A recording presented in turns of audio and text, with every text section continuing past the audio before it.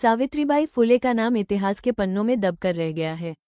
वो महिला जिसने अंधकार में रोशनी की पहली किरण बनकर भारतीय नारी जागरण का सूत्रपात किया।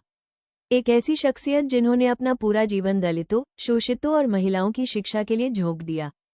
इस वीडियो में जानिए उनके संघर्ष, उनके सफर और उनकी अमर कहानी जो हर किसी को प्रेरित करती है। एक ऐसा दौर जब लड़कियों का स्कूल जाना तो दूर, उन्हें पढ़ना लिखना भी पाप माना जाता था।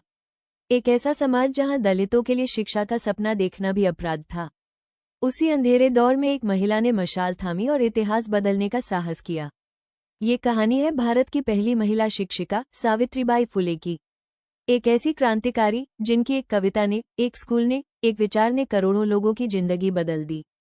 सावित्रीबाई का जन्म 3 जनवरी 1831 को महाराष्ट्र के सतारा जिले के नाईगांव में हुआ।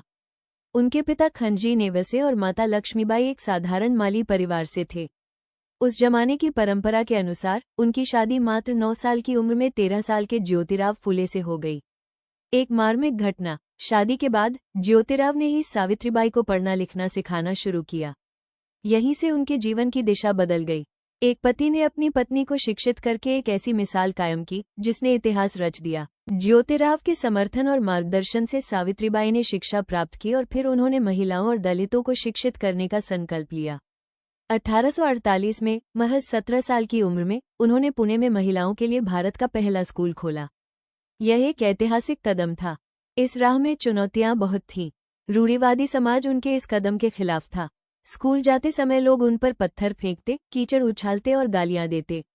लेकिन सावित्रीबाई अडिग रहीं। वो अपने साथ एक एक्स्ट्रा साड़ी रखती थीं। जब एक रास्ते में लोग उन पर गंदगी फेंक देते तो वो स्कूल पहुंचकर वो साड़ी बदल लेती थीं और बिना रुके पढ़ाने का काम जारी रखती थीं। यह उनके अटूट इरादों की मिसाल थी। सावित्रीबाई सिर्फ एक शिक्षिका नहीं थी, बल्कि एक समग्र समाज सुधारक थी। विधवा पुनर्विवाह। उन्होंने ज्योतिराव के साथ मिलकर विधवा पुनर्विवाह को बढ़ावा दिया। कुप्रथा के खिलाफ आवाज, बाल हत्या प्रतिबंधक गृह नामक एक केंद्र की स्थापना की, जहां विधवा महिलाएं अपने बच्चों को जन्म दे सकती थीं और उनकी हत्या से बचा सकती थीं। ये सती प्रथा और भ्रूण हत्या जैसी कुरीतियों के खिलाफ एक सीधा प्रहार था।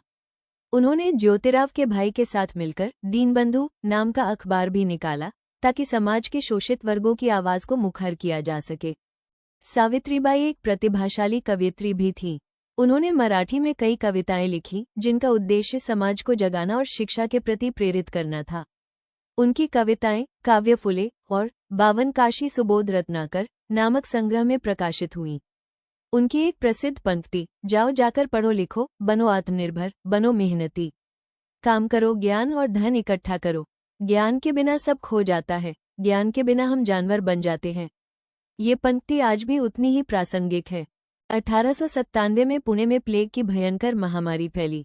सावित्रीबाई ने अपना जीवन दांव पर लगाकर लोगों की सेवा की।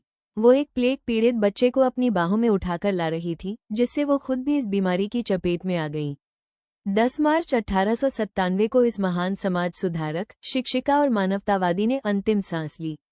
उनका अंत भी सेवा के महान आदर्श को समर्पित था। सावित्रीबाई फुले ने साबित कर दिया कि एक व्यक्ति का साहस और दृढ़ संकल्प पूरे समाज की दिशा और दशा बदल सकता है। वो सिर्फ एक शिक्षिका नहीं थी, बल्कि एक ऐसी क्रांति थी जिसने भारत में नारी शिक्षा की नींव रखी। आज जब हम कोई स्कूल जाती लड़की देखते हैं, कोई महिला डॉक्टर, इंजीनियर या नेता देखते हैं, तो उस सफलता के पीछे सावित्रीबाई फुले के संघर्ष और विजय की एक गूंज जरूर होती है। अगर आपको ये कहानी प्रेरणादायक लगी हो तो इस वीडियो को लाइक करें और अपने सभी दोस्तों, खासकर युवा लड़कियों के साथ शेयर करें।